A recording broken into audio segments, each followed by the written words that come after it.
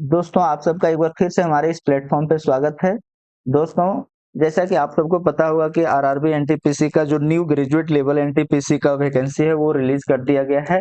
ठीक है, उसके रिगार्डिंग मैंने वीडियो बनाया हुआ था, डिटेल में वैकेंसी के बारे में बताया हुआ था। साथ ही साथ मैंने दूसरे वीडियो में ये भी बताया हुआ था कि आपके लिए सेफेस्ट जोन कौन सा होगा। और इस वीडियो में मैं आप लोगों के सामने ये बताने वाला हूँ कि ओबीसी को लेकर के लोगों के बीच में बहुत कंफ्यूजन होता है कि कौन सा फॉर्म में चाहिए, किस प्रकार का चाहिए, या फिर कब से उसका डेट होना चाहिए, कब का बना हुआ होना चाहिए। ये सारी चीजें आपके आज के बाद क्लियर हो जाएगा। तो फॉर्म फिल करते टाइम आपको ये बात का ध्यान रखना है कि आप सारे एलिजिबल हैं, सारी चीजों को लेकर के तैयार हैं या नहीं है। उन सारी चीजों को देखते हुए आपको फॉर्म फिल करना है ताकि आपको फ्यूचर में कोई भी प्रॉब्लम ना हो। मैं अपने बारे में देना चाहता हूँ दोस्तों। मैं 2019 का एनटीपीसी में सिलेक्टेड हूँ और इस बार मैंने फॉर्म फिल किया था कोलकाता जोन से, जहां से मेरे 93 मार्क्स आए हुए हैं। अगर मेरा सिलेक्शन होता है तो ठीक है, नहीं तो मैं अब से फॉर्म फिल करना बंद कर दिया हूँ, मतलब फॉर्म फिल नहीं करूंगा। उम्मीद है कि होगा, और नहीं भी होगा तो भी कोई दिक्कत नहीं है। मैं अभी जहाँ हूँ वहीं से मेरा प्रमोशन वगैरह हो जाएगा तब तक। ठीक है, अब हम बात करते हैं कि पहले शॉर्ट में बता देना चाहता हूँ कि जैसा कि 21 अक्टूबर से इसका फॉर्म फिल स्टार्ट हो चुका है और 22 नवंबर तक चलेगा। ठीक है, और साथ ही साथ इसका जो करेक्शन विंडो है वो 23 नवंबर से 2 दिसंबर तक चलेगा। ठीक है, आगे हम बात करते हैं इसमें टोटल वैकेंसी जो है वो कितना है। तो टोटल वैकेंसी इसमें 5810 है। आप यहाँ पे किस पोस्ट पे कितने हैं वो देख सकते हैं। सबसे ज्यादा ट्रेन मैनेजर पे है, और यहाँ पे टाइपिंग के लिए भी अच्छे पोस्ट्स हैं। ठीक है, और यहाँ पे एक नया पोस्ट को जोड़ा गया है, ट्रैफिक असिस्टेंट को। हालांकि इसमें पोस्ट ज्यादा नहीं है, बट हाँ एक पोस्ट ऐड किया गया है। अलग अलग देख सकते हैं दोस्तों। मेडिकल कैटेगरी जो है वो क्या है, जो हमारा बोल सकते हैं ग्लासेस वाले भाई इस पोस्ट के लिए एलिजिबल नहीं होंगे, बाकी बाद पोस्ट के लिए वो एलिजिबल होंगे। सबका लेवल अलग अलग है, आप यहाँ से वो भी चीजें देख सकते हैं जो कि मैंने प्रीवियस वीडियो में सारी चीजें डिटेल में बताया भी है, आप वहां से देख सकते हैं। ठीक है, अब हम बढ़ते हैं ओबीसी के बारे में बात करते हैं दोस्तों। एक एक करके मैं सारी चीजें आपको यहाँ से क्लियर कर देने वाला हूँ। देखिए दोस्तों, यहाँ पे साफ स्पष्ट लिखा गया है कि द ओबीसी कैंडिडेट्स जो क्रीमी लेयर के अंदर आते हैं वो ओबीसी का रिजर्वेशन नहीं मिल पाएगा। अब दोस्तों क्रीमी लेयर क्या होता है? एक होता है क्रीमी लेयर, एक होता है नॉन क्रीमी लेयर। दोस्तों अगर किसी भी कैंडिडेट का, ओबीसी कैंडिडेट, ऐसा नहीं कि कोई भी, अगर कोई भी ओबीसी कैंडिडेट का सॉरी, अगर एनुअल इनकम, जो उसका फैमिली का एनुअल इनकम है, माता पिता का अगर एनुअल इनकम 8 लाख से ज्यादा है तो वो क्रीमी लेयर के अंदर आएंगे, जिनको फिर ये ओबीसी का बेनिफिट नहीं मिलेगा। और अगर किसी के पर्सन का एनुअल इनकम, फैमिली का, माता पिता का एनुअल इनकम 8 लाख से कम है तो वो नॉन क्रीमी लेयर में आएंगे। और जो ओबीसी रिजर्वेशन मिलता है वो एनसीएल यानी कि नॉन क्रीमी लेयर वाले को ही मिलता है।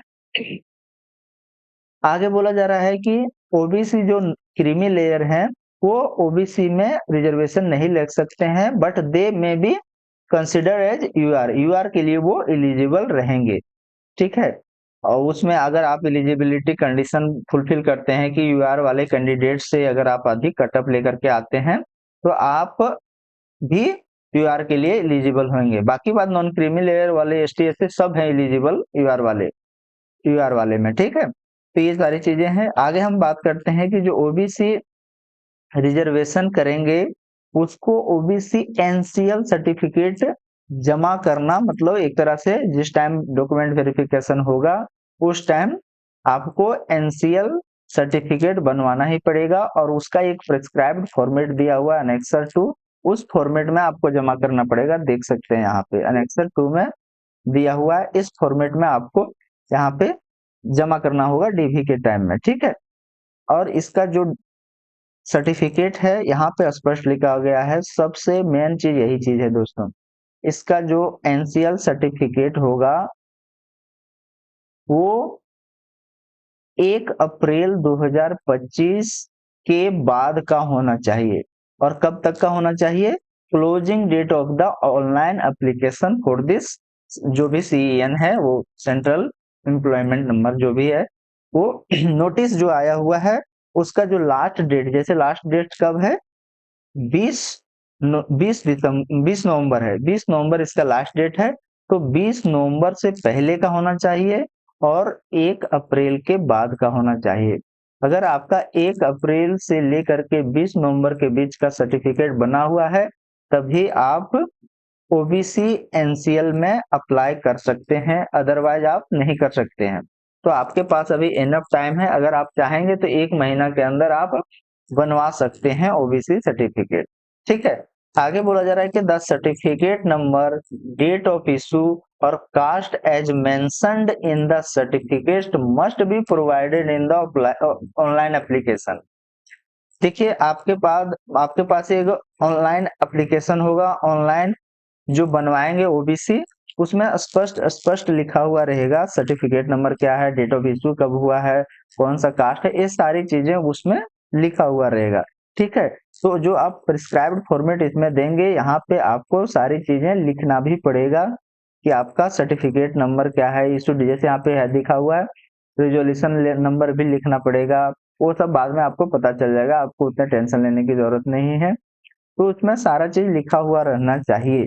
ठीक है, आपको अगर लिस्ट देखना है तो आप इस वेबसाइट को क्लिक करके देख सकते हैं कि आपका लिस्ट, जैसे आप कौन सा कैटेगरी में, कौन सा कास्ट में आते हैं, आपका कास्ट क्या सेंट्रल के ओबीसी में है या नहीं है, वो यहाँ पे आप चेक कर सकते हैं, या फिर आप बनवाते होंगे तो पता होगा। ठीक है, क्या बोला जा रहा है कि ड्यूरिंग डीवी के टाइम ओबीसी जो क्लेम कर रहे हैं उसको ओबीसी एनसीएल सर्टिफिकेट जमा करना बहुत जरूरी है, मतलब जमा करना ही करना है। ठीक है, साथ ही साथ उसको सेल्फ डिक्लेरेशन भी एक जमा करना पड़ेगा कि मैं जो हूँ वो क्रीमी लेयर, यानी कि क्रीमी लेयर के अंदर बिलोंग नहीं करता हूँ before the closing date of application. समझ में आ रहा होगा। ये देखिए दोस्तों, ये है हमारा डिक्लेरेशन एनेक्सर 2 का ये।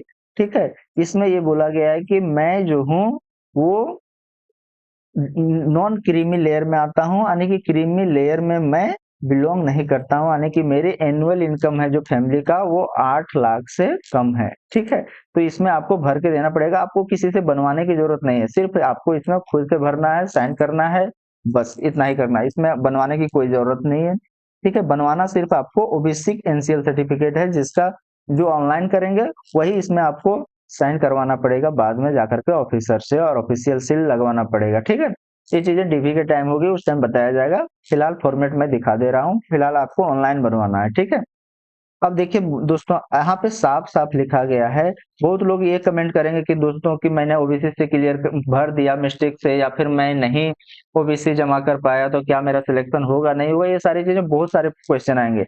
यहाँ पे लिखा हुआ है साफ साफ कि failure to do so will result in their claim for reservation OBC NCL. अगर आप किसी प्रकार से ओबीसी एनसीएल सर्टिफिकेट जमा करने में फेल हो जाते हैं तो will not be accepted, accept नहीं किया जाता है। They may be considered as UR, तो उसको ऐसा नहीं कि बाहर निकाल दिया जाएगा, तो साफ साफ यहाँ पे लिखा गया है they may be considered as UR, उसको यूआर के लिए कंसिडर किया जाएगा, और तभी किया जाएगा जब वो सारे जो एलिजिबिलिटी क्राइटेरिया यूआर वाले वो फुलफिल करते हैं, मतलब कि सीबीटी 1 हो, सीबीटी 2 हो, टाइपिंग हो, सारा में यूआर का अगर कट ऑफ आप पार किया हुआ रहेंगे तो आपको यूआर से कंसिडर किया जाएगा। ये आपको ध्यान रखना है। तो ऐसा आप मत सोचिए कि अगर आपके पास ओबीसी में कोई गलती हो गया, कुछ भी हो गया, और आप तो आपको बाहर नहीं किया जाएगा, यूआर से आपको कंसिडर किया जाएगा। तो आपको यूआर का तैयारी करके अभी से ही चलना है। ठीक है, बेस्ट का अपना द कास्ट सर्टिफिकेट जो है OBC NCL should specifically mentioned that this is also to certified he is not belong to person creamy layer mentioned in column 3। देखिए दोस्तों, आप जब ऑनलाइन सर्टिफिकेट बनवाएंगे तो वहां पे एक लाइन ये चीज लिखा हुआ साफ साफ रहेगा, और वो चीज यहाँ भी बोल रहा है कि वो उसमें लिखा हुआ होना चाहिए। आप एनसीएल अगर बनवाएंगे तो वो लिखा ही रहेगा कि ये जो पर्सन है वो क्रीमी लेयर में बिलोंग नहीं करता है। वही बोला जा रहा है कि this is to certified that he or she does not belong to person or section creamy layer, यानी क्रीमी लेयर में वो बिलोंग नहीं करता है। ठीक है, आगे बोला जा रहा है कि यहाँ पे आपको एस्टेब्लिशमेंट जो नंबर दिया हुआ है फर्दर वो आपको ध्यान नहीं देना। मेन चीज है कि आपको नॉन क्रीमी लेयर में होना चाहिए और क्रीमी लेयर में आप बिलोंग नहीं करते हैं, वो चीज वहां साफ साफ लिखा हुआ होना चाहिए। एक चीज जो इम्पोर्टेंट ये भी है यहाँ पे दोस्तों कि ये भी आपको नोट करना है कि ओबीसी जो है स्टेट का और ओबीसी जो है सेंट्रल का, वो दोनों पूरा पूरी नहीं है। यानी कि ओबीसी स्टेट वाला ओबीसी में कुछ कास्ट ऐसे हैं जो यहाँ पे सेंट्रल वाले में नहीं है, सेंट्रल वाले में कुछ ऐसे हैं जो स्टेट वाले में नहीं है, तो वो भी आपको ध्यान देना है, जो आप यहाँ पे चेक कर सकते हैं। बट आपको खुद पता होगा कि आप बनवाते होंगे एनसीएल, तो समझ में आ रहा होगा कि हाँ मेरा बनता है या नहीं बनता है सेंट्रल लेवल का। ठीक है, तो ये सारी चीजें थी, मैंने सारा आपको जो भी कंफ्यूजन हो सकता था मैंने सब क्लियर करने का कोशिश किया ओबीसी से रिलेटेड। देख सकते हैं दोस्तों, ये हमारा जो प्रोफार्मा है रहेगा डीवी के टाइम में। ये कब फिल करना है आपको? अभी तो बनवाना है ऑनलाइन, अभी आपको ऑनलाइन बनवाना है। ऑनलाइन बनवा जब डीवी जाएंगे तो आपको इसमें फिल करके इसमें साइन करवा करके मुहर मरवा करके जिस ऑफिसर से बना हुआ है उससे, और इसको प्रोड्यूस करवाना है। ठीक है, आगे ये जो है हमारा सेल्फ डिक्लेरेशन रहेगा। हम इसमें ये कहेंगे कि हाँ भाई मैं क्रीमी लेयर से क्रीमी लेयर में बिलोंग नहीं करता हूँ, और आपको यहाँ साइन करना रहेगा बस, और इसमें कुछ अलग चीजें नहीं है। ठीक है, तो मैंने जितना भी चीजें थी वो मैंने यहाँ पे बताने का कोशिश किया।